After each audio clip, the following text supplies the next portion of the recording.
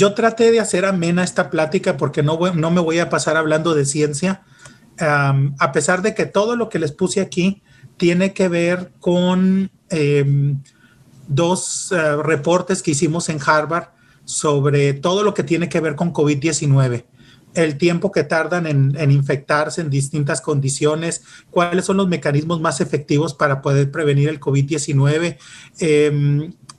la efectividad de los métodos de detección, de las vacunas, de todo eso lo tenemos en dos reportes que al final de esta presentación hay una liga en caso de que ustedes los quieran revisar. Pero por mientras, vamos a ver un poco los pormenores, ¿no?, de todo esto. Esta plática se llama Acciones efectivas para el regreso seguro en el sector educativo, pero podríamos decir que es en la Universidad de Celaya, ¿no?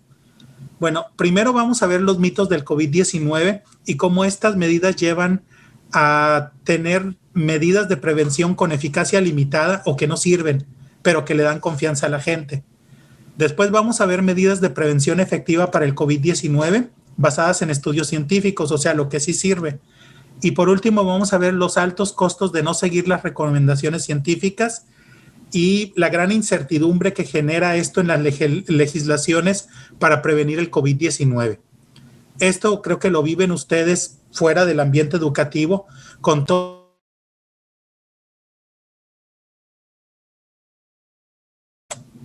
toda la serie de reglas que tenemos, ustedes lo pueden ver, o sea, hay reglas para distintos estados y que hay distintos semáforos y hay distintas cosas y todo eso no debería de ser. Deberíamos de tener algo consistente de forma a nivel nacional, por lo menos, que todo mundo pudiera seguir y que no tuvieran diversidad de legislaciones.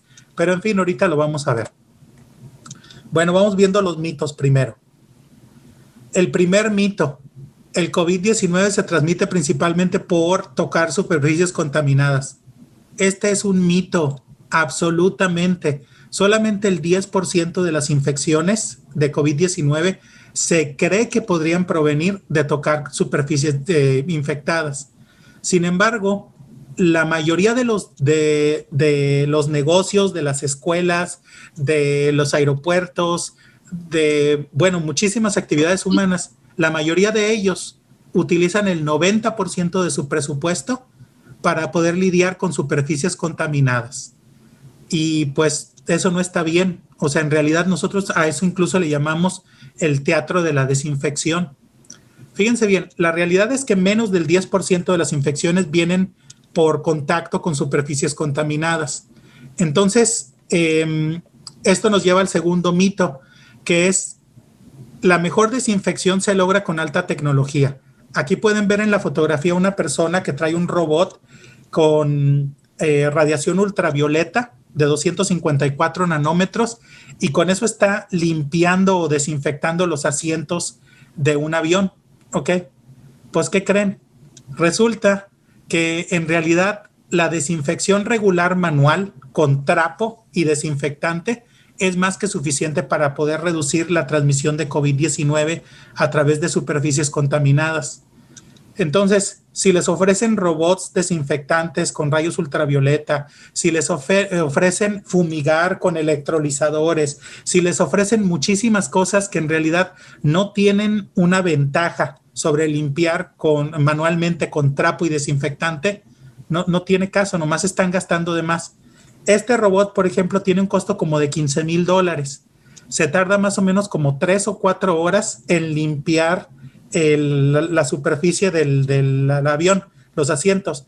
Pero si hay una superficie sombreada a la que no llegue la radiación ultravioleta, esa no se desinfecta.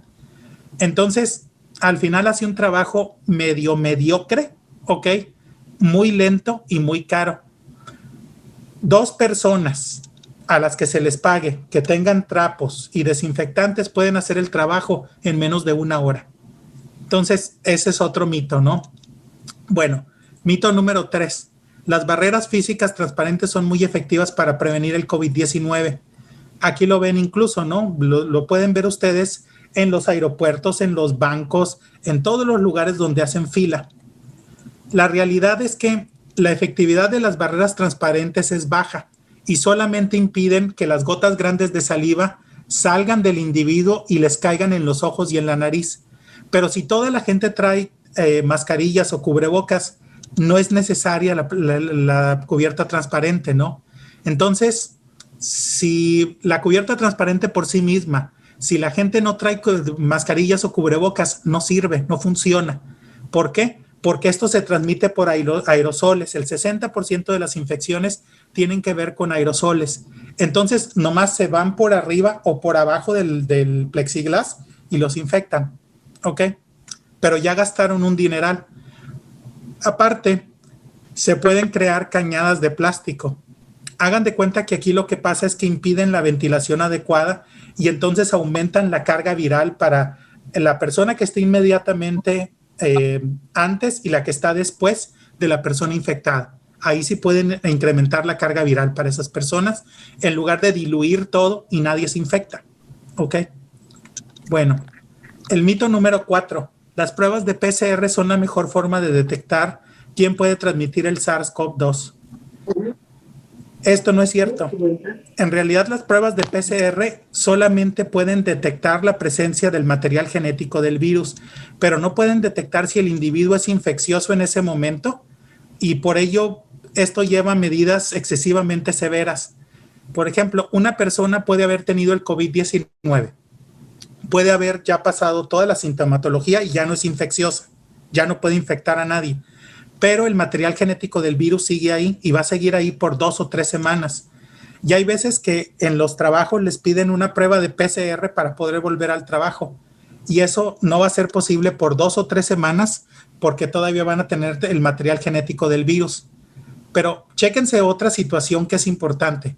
También, cuando se hace la prueba de PCR,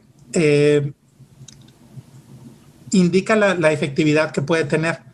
Miren, por ejemplo, si yo he visto en muchos lugares que para poder volar les piden que se hagan una prueba de PCR 72 horas antes de volar.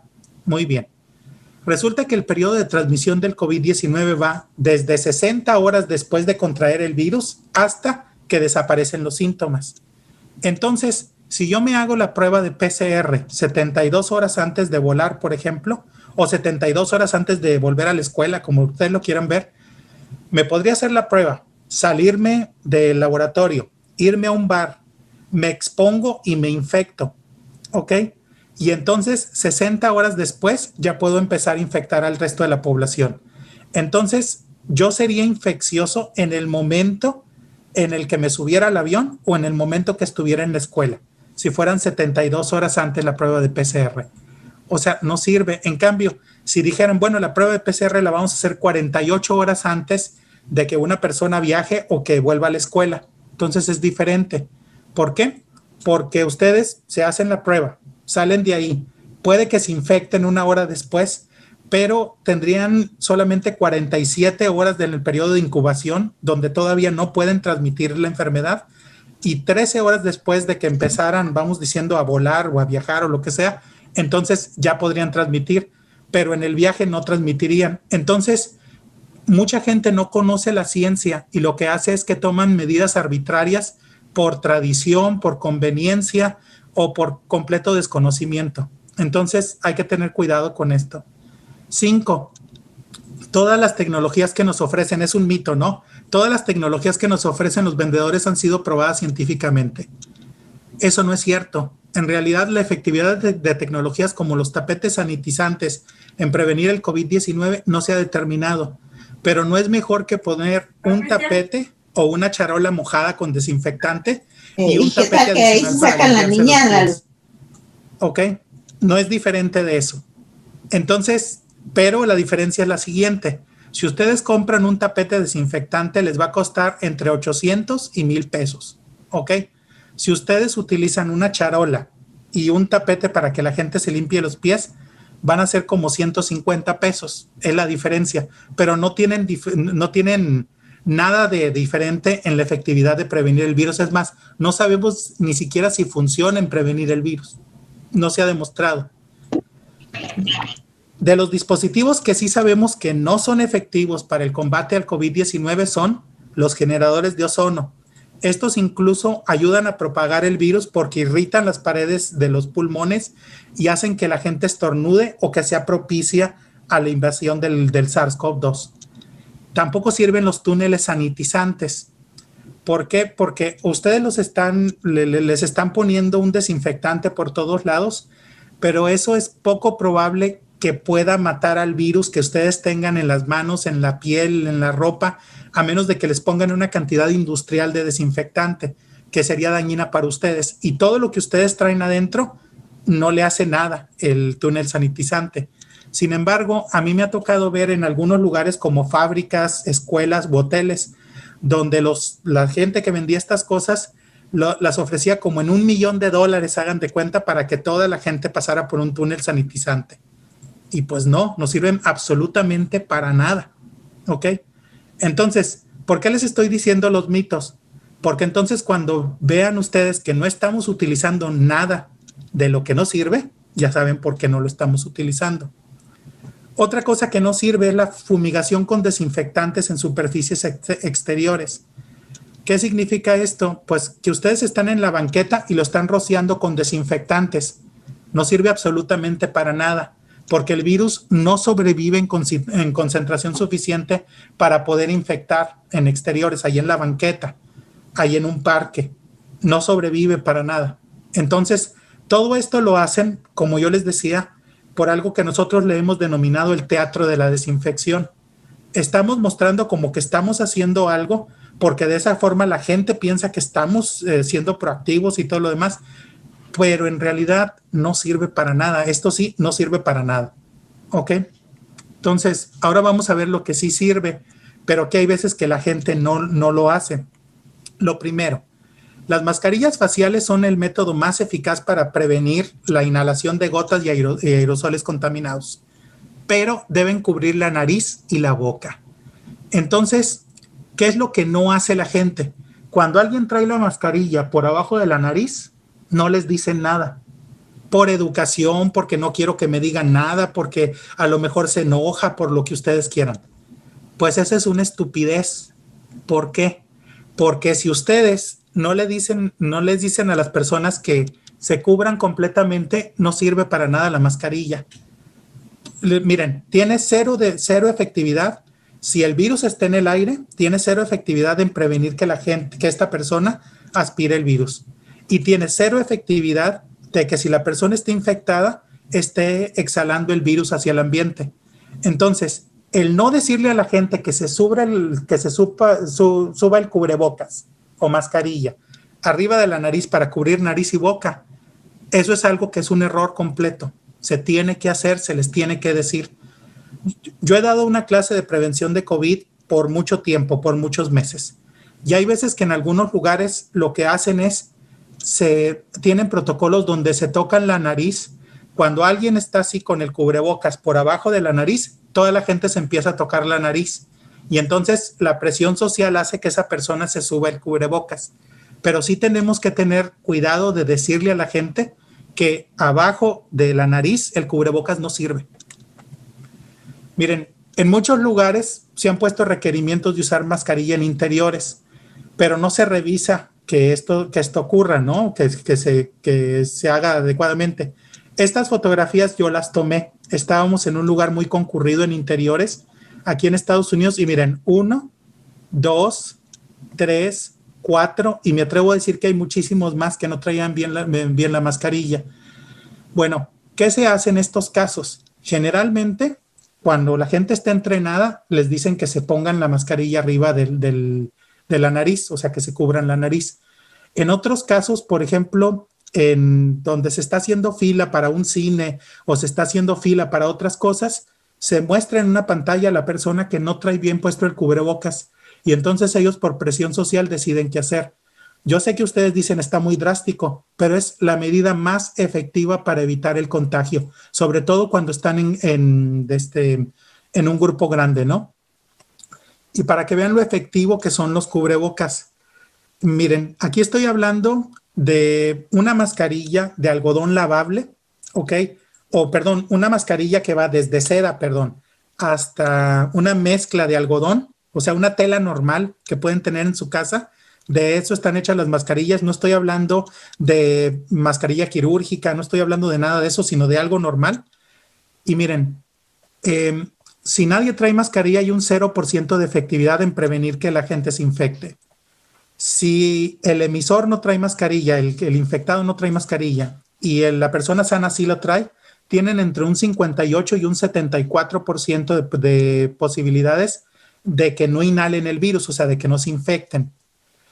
Si la persona infectada trae mascarilla y el no infectado no la trae, hay una protección entre el 56 y el 78% de que la persona sana no se infecte. Pero si los dos traen mascarilla, el infectado y el no infectado, hay entre 81 y 94% de efectividad o de protección contra el COVID-19. Entonces, por eso es tan importante. Esta es la primera línea de defensa, es la más importante de todas, pero por ello se les pide que se diga, cuando alguien la trae abajo de la nariz no sirve, se desactiva todo y por ello es necesario hacer algo al respecto. Bueno, las mascarillas médicas de calidad quirúrgica, o sea, las azules, las de 3 capas, tienen una efectividad entre el 94 y el 97% en prevenir el COVID-19, ¿ok? Aunque tengan una exposición directa y prolongada. Generalmente estas deberían mantenerse para el personal médico. Bueno, pero también, por ejemplo, cuando hacen prácticas de laboratorio, que van a estar mucho tiempo ahí los muchachos juntos ahí, que no hay distancia social, lo que se hace en ese momento es se aumenta la ventilación y se aumenta la calidad de la mascarilla, que eso lo vamos a ver ahorita cuando estemos evaluando el riesgo. Pero esas son algunas de las medidas que sí se hacen. Y miren, las vacunas son efectivas para disminuir la transmisión, pero sobre todo para disminuir los casos graves de COVID-19 y la mortandad. ¿Por qué estoy poniendo esto? Porque aquí en Estados Unidos estamos teniendo un fenómeno muy raro. Más o menos como el 50% de todos los adultos ya están vacunados, ¿ok? Pero resulta que el otro 50% no se ha vacunado porque tienen miedo de qué va a pasar con la vacuna, si es segura o no es segura y todas esas cosas. Pues, ¿qué creen? Todas las vacunas son seguras. No solamente todas las vacunas son seguras, les dan un nivel de protección de que no terminen en el hospital que es cercano al 100%. Ni terminan en el hospital ni se mueren. O sea, les previene la muerte en casi un 100%. Hay distintas eficacias. Por ejemplo, las que son de mensajero de ácido ribonucleico tienen una eficacia arriba del 90%. Esa sería, por ejemplo, la vacuna de Moderna y la de Pfizer. ¿Ok? Hay otras que son de adenovirus, o sea, que es un virus desactivado. Y ahí, por ejemplo, tienen desde el 65 hasta el 90% de efectividad, ¿no? Entonces, pero eso es de que no se infecten. Ahora, de que no acaben en el hospital y que no se mueran, es casi un 100%. Entonces, todas son buenas. A ver, aquí se me olvidó una diapositiva. ¿Qué pasa con la CanSino, por ejemplo? Tiene un 66% de nivel de protección, pero casi un 100% de que ustedes no vayan al hospital y se mueran. ¿Por qué estoy mencionando CanSino? Porque la están aplicando en México. ¿Cuál otra? Por ejemplo, estaba Sinopharm, que es muy parecida y que tiene más o menos como un 67% de efectividad de que no se infecten y casi un 100% de que no terminen en el hospital. Bueno, entonces las vacunas funcionan, para acabar pronto. Eso era lo que quería transmitir en esta diapositiva. Luego, la ventilación interior es esencial para reducir la exposición al virus. ¿Por qué? Porque el virus, el 60% se transmite por aerosoles, entonces puede estar en el aire y nosotros no lo vemos, porque son unas microgotitas hiper chiquitas que no las vemos y por eso se quedan suspendidas en el aire. Incluso si no hay nadie a la vista, pueden estar suspendidas hasta por 3 o 4 horas. Entonces, por eso, lo mejor que podemos hacer en interiores es ventilar. Si no ventilamos, la distancia social de 2 metros puede ser insuficiente, porque entonces puede entrar alguien, se quita la mascarilla, respira los aerosoles que están infectados y se puede infectar, ¿no? Entonces, aquí lo pueden ver, miren en la gráfica. Yo tengo a 2 personas una persona infectada que está en contacto directo, pues, probablemente infectando a la persona de la derecha, ¿ok? Pero vean cómo los aerosoles viajan por el ambiente y pueden infectar a alguien que incluso esté lejos, que no tenga nada que ver con la conversación de estas dos personas. Entonces, por eso es tan importante la ventilación. ¿Qué tan efectiva es? Si ustedes abren las ventanas de un cuarto, tienen una efectividad más o menos del 70% en disminuir la carga viral.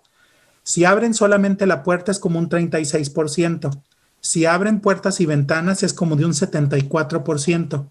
Y si tienen ventilación mecánica, ya sea un abanico, un aire acondicionado que les está introduciendo aire del exterior o un extractor, tienen un 80% de efectividad en disminuir la carga viral. Entonces, es bien importante la ventilación. Ahora, algo que también es una medida que se está tomando ahorita es hacer actividades en el exterior. ¿Por qué? Porque esto reduce la carga viral entre un 90 y un 95%, dependiendo de la velocidad del viento. Por eso muchas veces se decía que no se utilizara mascarilla en exteriores. Yo de todos modos la recomiendo, sobre todo cuando tengan gente cerca a menos de 3 metros. ¿Ok?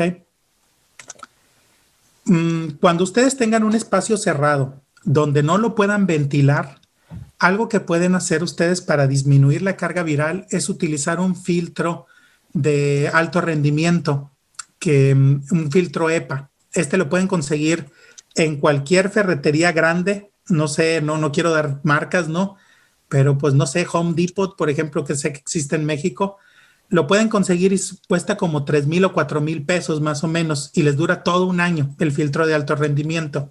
Esto funciona para todos los cuartos que no pueden ser ventilados y tiene una eficacia entre el 95 y el 99%.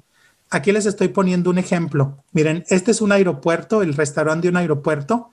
La gente no trae mascarilla, no se puede ventilar porque si se abren las ventanas o las puertas, esté el avión aquí afuera, ¿no? El ruido. Entonces, por eso se utilizan filtros de alto rendimiento, filtros EPA, para poder disminuir la concentración viral entre un 95 y un 99%.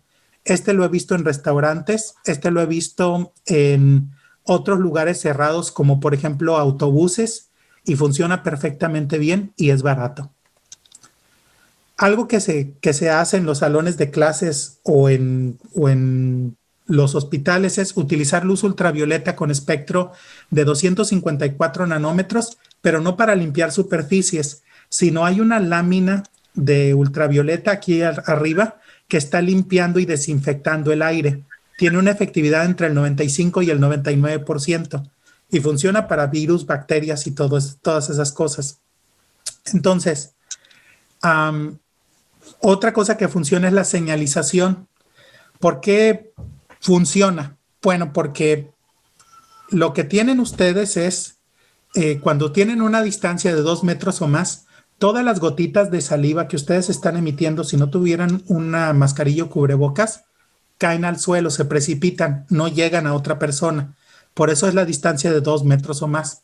Pero también disminuye la carga viral que ustedes pudieran tener de alguien que esté emitiendo. Entonces, por eso es tan importante la señalización. Es de baja tecnología. Generalmente se ponen estampas en el suelo o etiquetas pegadas a las sillas, a las paredes, a las mesas, etcétera, pero funciona. Tiene una efectividad moderada que va entre el 15 y el 30%, pero la señalización sí es algo efectivo que puede ayudar a tener distancia social. Bueno, el lavado de manos es importante, solamente va a lidiar con el 10% del problema, pero el que ustedes se laven las manos elimina el virus en sus manos en un 99% en menos de un minuto. Los geles desinfectantes también funcionan siempre y cuando tengan un contenido de etanol superior al 60%. Ok. Pero algo importante, si no se pueden lavar las manos o no se pueden desinfectar las manos después de tocar superficies que ustedes no saben si están contaminadas o no, nomás no se toquen la cara, porque si no se tocan la cara, no hay forma de que el virus se vaya de sus manos hacia los ojos, la nariz y la boca. No hay forma, ¿ok? Bueno, la desinfección manual debe ser frecuente. sobre todo en esta temporada de pandemia, que porque el 50% de los individuos infectados son asintomáticos o presentan síntomas leves, o sea, no saben que son portadores de la enfermedad y por ello la pueden propagar. Bueno, ¿cómo disminuyen esto? Si todo el mundo trae mascarillas, no hay forma de que ustedes exhalen el virus. No hay forma de que se deposite en cantidad suficiente para poder infectar a otras personas por superficies contaminadas. Por eso siempre estamos pidiendo el uso de mascarillas. Bueno, ¿cuánto dura el virus en el aire, en interiores sin ventilación? Es viable el virus como por 3 horas, pero puede tener una vida media, quiere decir que la mitad del virus ya se murió para entonces, de 1 hora. En el acero inoxidable la vida media son 6 horas, en el cobre es 1 hora, en el plástico liso son 7 horas, en cartón son 4 horas. Mucha gente me preguntaba, oye, si recibo paquetes, ¿qué pasó? ¿Me puedo contaminar? No hay forma de que se contaminen, a menos de que tengan una carga viral extrema que se vea ahí, que hay una secreción humana, vamos diciéndolo así, y a menos de que ustedes la limpien con la mano y luego se lleven la mano a la boca, no hay forma de que ustedes se contagien. ¿Ok? Bueno, vamos a ver ahora los costos de no seguir las recomendaciones científicas y la incertidumbre que genera. Primero quiero decirles algo que es el concepto de el enfoque por capas para la mitigación de riesgo. No hay una sola cosa que funcione al 100% para disminuir el COVID-19, excepto que digan, no voy a salir de casa, no voy a recibir a nadie y voy a estar solo toda la pandemia. Ok, pero eso no creo que vaya a ocurrir. Entonces, lo que hacemos es, tenemos distintas medidas de mitigación o de reducción de riesgos que las ponemos todas juntas y que lo que hacen es, entre todas, nos pueden dar una protección que se acerca al 100%. Este es el método de mitigación de riesgos del COVID-19 a través de capas de protección. Y aquí lo pueden ver, las mascarillas, distancia social, la desinfección, el lavarse las manos y todo esto, cuando ustedes pueden ver cómo es como una pista para sobrevivir del virus. Y pues no, el objetivo es que no llegue a la persona sana. Entonces, las capas principales de prevención son las mascarillas faciales y respiradores, el incrementar la ventilación, la señalización y el fomento a la distancia social, la higiene de manos, los métodos de desinfección de superficies, los filtros de alto rendimiento, los métodos de desinfección del aire, los métodos y pruebas de detección.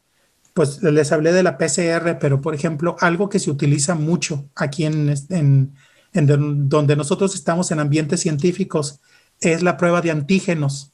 La prueba de antígenos cuesta $5, la aplican en 5 minutos y tienen respuestas más o menos como en 5 minutos, o sea que en menos de 10 minutos ya saben si una persona es infecciosa o no del SARS-CoV-2.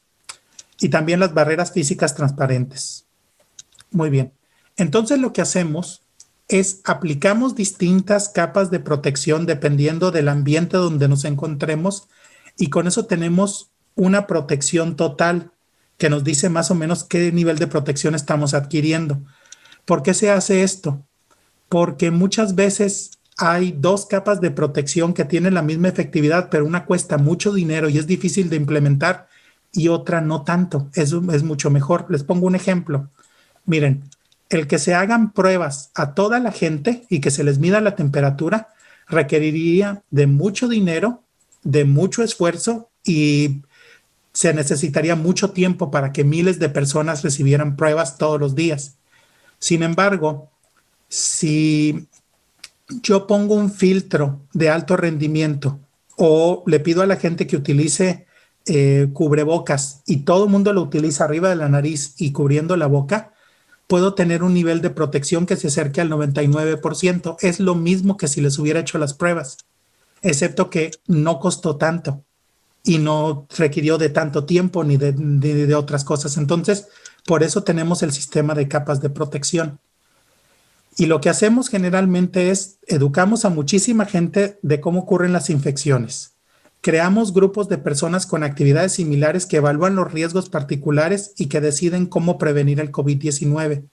Les proporcionamos herramientas para que puedan realizar las estimaciones de reducción de riesgo, todo basado en la ciencia. Y por último, les pedimos a los gobiernos que dejen que la comunidad opine y que diga cómo pueden prevenir el COVID-19 antes de emitir órdenes. Les pongo un ejemplo. En muchos lugares prohibieron el transporte público, que porque era un foco de infección de COVID-19. Entonces, nosotros cuando lo analizamos nos dimos cuenta pues que sí, tenían un 90% de probabilidades de infectarse si había una persona infectada en un camión. Sin embargo, después de hacer el análisis de prevención por capas, nos dimos cuenta que abriendo las ventanillas del camión o si se tiene aire acondicionado, en que el aire acondicionado metiera aire del exterior sin recircular lo que existía dentro, que todo el mundo utilizara mascarillas sin distanciamiento social y tener una persona que fuera monitor, que viera que todas las personas la tuvieran arriba de la nariz, o sea, cubriendo nariz y boca, y desinfectando el camión cada día en la mañana, era más que suficiente para tener un 97% de protección. Y con eso se reinstaló el transporte público en muchas ciudades. Entonces, no era de que lo prohíban el transporte público, sino era que tenemos que ver qué medidas de protección se pueden utilizar para que tenga el nivel adecuado de protección para la población. Bueno, les voy a hablar ahora de una encuesta que hicimos entre 70,000 personas de preparatorias, institutos de educación superior y posgrados en todo el centro de México.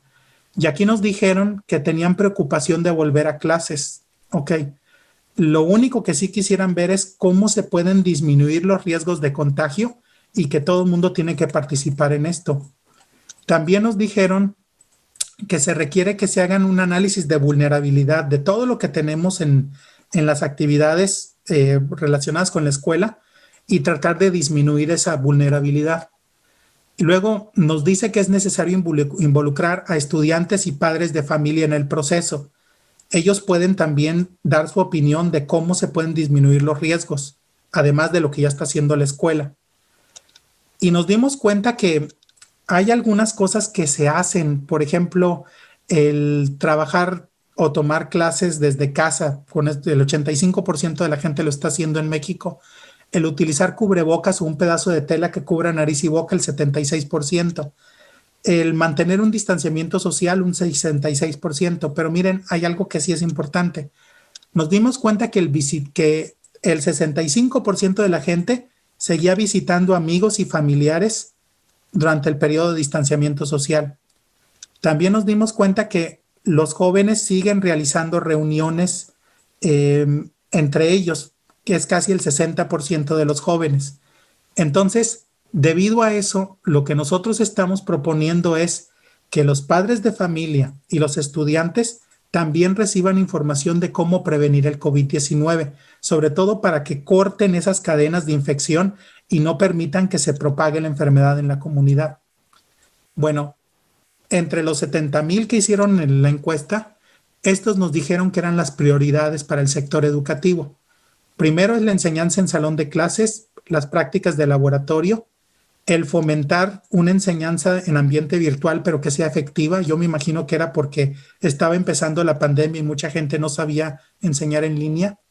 Los servicios de comida o cafetería dentro de la institución educativa y de ahí en adelante mucha pedacería, vamos diciéndolo, como la biblioteca, los deportes y actividades de esparcimiento, los servicios de salud, el transporte, etcétera. Bueno, entonces lo que nosotros hicimos, de hecho lo hicimos 3 veces en la Universidad de Celaya, y lo que hicimos fue hacer diagramas de bloques de cada una de las actividades que se analizaban. En este caso, por ejemplo, aquí tengo enseñanza en un salón de clases. Entonces va desde prepararse para ir a la escuela, caminar para la parada del camión o tomar su coche, pero en este caso estamos viendo lo más riesgoso, que es utilizar transporte público. Tomar transporte público de ida hacia la escuela, caminar al salón de clases, tomar la clase, hacer prácticas de laboratorio, comer en la escuela, ir al baño en la escuela, caminar a la parada del camión, tomar transporte público de regreso, caminar a casa y llegar a casa y hacer la tarea. Ese sería como que las actividades que se relacionan con tomar clases presenciales. Entonces lo que nosotros hicimos fue, empezamos a ver qué medidas existían antes de la pandemia y las comparamos con ciertas capas de protección que si las aplicamos disminuyen el riesgo. Algunas de las capas de protección para mitigar el riesgo en la Universidad de Celaya son el autodeclarar sus síntomas en una aplicación de teléfono inteligente, hacer un checklist diario con brigadistas. ¿Qué hacen ellos? Checan que la señalización se respete, pero también checan que la gente se mida la temperatura, la saturación de oxígeno y otras cosas en casa. El utilizar doble mascarilla para siempre tener una efectividad quirúrgica entre el 94 y el 97% todo el tiempo de prevención de COVID. La desinfección constante de superficies antes del inicio de actividades y luego por cada usuario cada hora. ¿A qué me refiero con esto? Hagan de cuenta que mucha gente puede tener en una bolsita Ziploc, trae desinfectante dentro de la bolsita y trae un trapito con desinfectante. Entonces lo que hacen es lo sacan, cuando entran a un mesabanco o a un lugar donde están cambiando clases, nomás limpian y desinfectan donde ustedes van a estar trabajando, lo hacen profesores, alumnos y otros, vuelven a poner el trapito dentro de su bolsa Ziploc con desinfectante y luego lo utilizan cada vez que vayan a cambiar de cuarto. Ok, lo pueden utilizar en los salones de clase, lo pueden utilizar en la biblioteca, lo pueden utilizar en la cafetería, por ejemplo, o en exteriores. Bueno, es desinfección constante.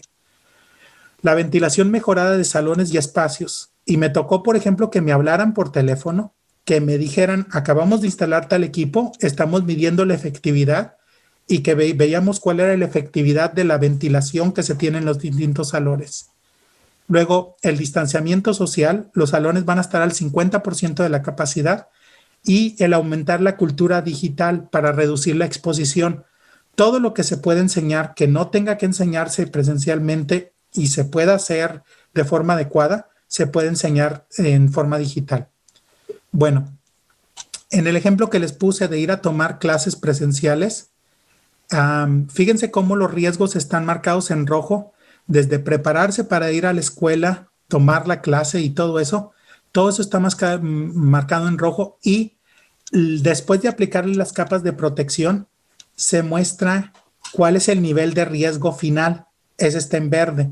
Entonces, por ejemplo, en prepararse para ir a la escuela, se va de un riesgo de contagio. Si alguien de la casa, por ejemplo, de ustedes está contagiado, tiene un 95% de posibilidades de contagiar a los demás si no se toma ninguna medida de prevención.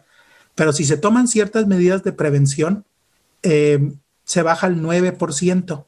Ahorita, por ejemplo, les puedo decir cuáles son, pero ahorita las vemos, ¿no? Pero así lo hicimos con todas y las bajamos lo más que se pudiera, que fuera factible y que se pudiera mantener por mucho tiempo. Entonces, así es como lo manejamos, ¿no? Y si ustedes tienen alguna pregunta de, por ejemplo, cuál es la ciencia atrás de todo esto y quieren leer, por ejemplo, cuánto tiempo toma contagiarse, bajo qué circunstancias, ciertas medidas de mitigación que son muy efectivas de las que no hablamos. Por ejemplo, la electrolización de superficies no tiene una efectividad mejor que limpiar con trapo, vamos diciéndolo así, desinfectante. Lo que sí tiene es que es mucho más rápida. Les decía que en un avión 2 personas en 1 hora podían limpiar con trapo y desinfectante todo el avión, pero con un electrolizador se puede hacer el mismo trabajo en 15 minutos por una sola persona. Entonces, todo eso está en el reporte y lo pueden ver ahí. Y pues me voy a ir a un ejercicio muy rápido y luego vamos a ir a preguntas y respuestas. Miren, esto es algo que quiero que se comparta entre todos ustedes. Les puede servir para lo que ustedes quieran, para cualquier actividad y todo lo demás, para evaluar el riesgo. Este es un simulador de riesgo cuando le aplicamos capas. Ahorita lo que hice es, les puse las proporciones de vacunas que han tenido en México y les puse el, el porcentaje de población que ha sido totalmente vacunada en México, que es casi el 10%. Si ustedes quieren hacer actualizaciones de esto en esta liga de internet, ahí las pueden hacer sin ningún problema. Bueno, entonces, fíjense bien qué pasa aquí si no tenemos capas. Miren, aquí por ejemplo le voy a poner un 0%, porque imagínense antes del COVID, tenía 0% de vacunación, tenía no estaba declarando mis síntomas, nadie me estaba checando la temperatura ni la saturación de oxígeno, nadie me hacía pruebas de COVID, no utilizaba equipo de protección personal como mascarillas, la desinfección de superficies era más o menos, hagan de cuenta que se limpiaba con trapo, agua, pero no se le ponía especial cuidado a desinfectar. La ventilación era más o menos, o sea, era una ventilación, hagan de cuenta como a nivel de casa, sin ventilación mecánica, sin filtros de aire de ningún tipo, sin distancia social, sin barreras transparentes, sin tecnologías de no contacto y sin materiales antimicrobianos. Y al final el nivel de protección era del 8.56% y su nivel de riesgo era del 91.44%. Esto era antes de COVID. ¿Ok? Bueno, entonces lo que voy a hacer ahora es, les voy a poner cómo está ahorita en este momento. Y miren, aquí tengo un salón que tiene 2.4 metros de altura, que sería como un salón de clases. Estoy pensando en el COVID-19 normal, el original, y que hay 25 personas en el salón de clases. Y fíjense qué pasa cuando le empezamos a poner capas de protección, sobre todo con las que vamos a utilizar en la Universidad de Celaya. Miren, primero les vamos a pedir que la gente autodeclare si tiene síntomas, si ha sentido síntomas.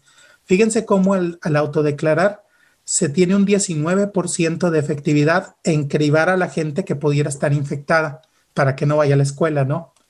No les vamos a medir la temperatura, no les vamos a hacer pruebas de detección ahí mismo, pero sí le vamos a pedir a todo mundo que utilice mascarillas o cubrebocas de tela, ¿ok?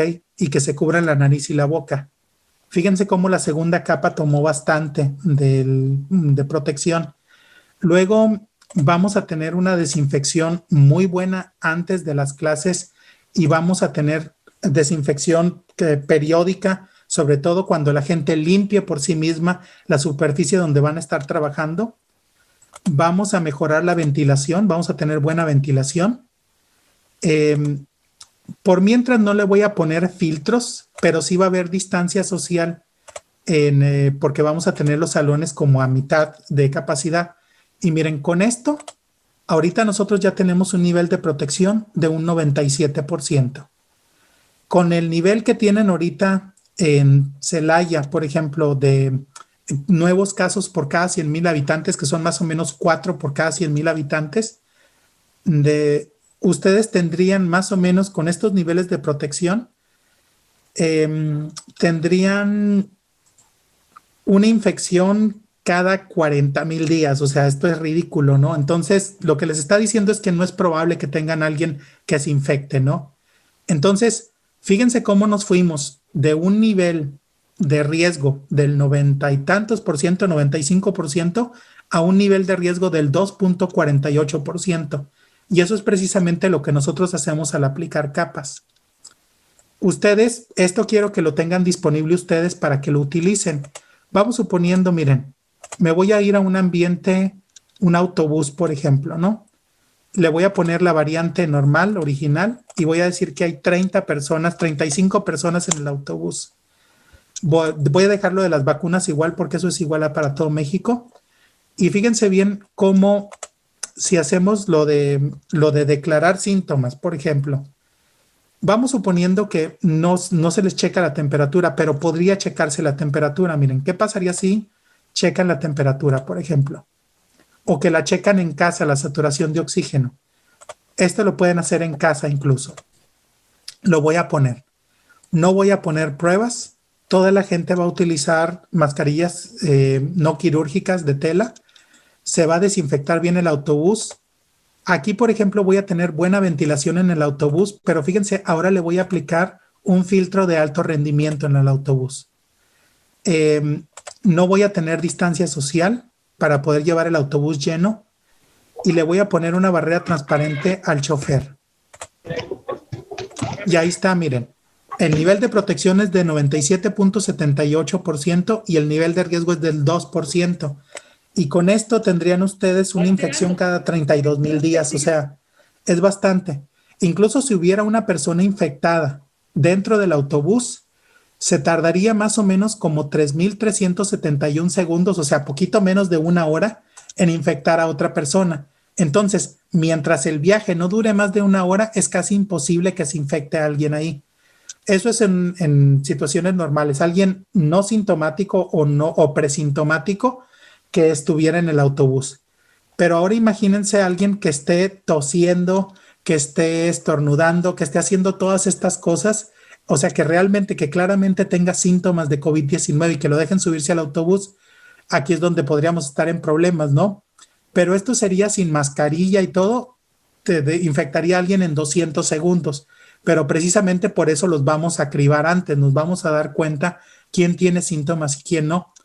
Y si alguien tiene poquitos síntomas o casi nada, no hay forma de que se infecte. Se necesitaría un tiempo ridículamente alto para que se infectara a alguien. Bueno, esto es de ustedes.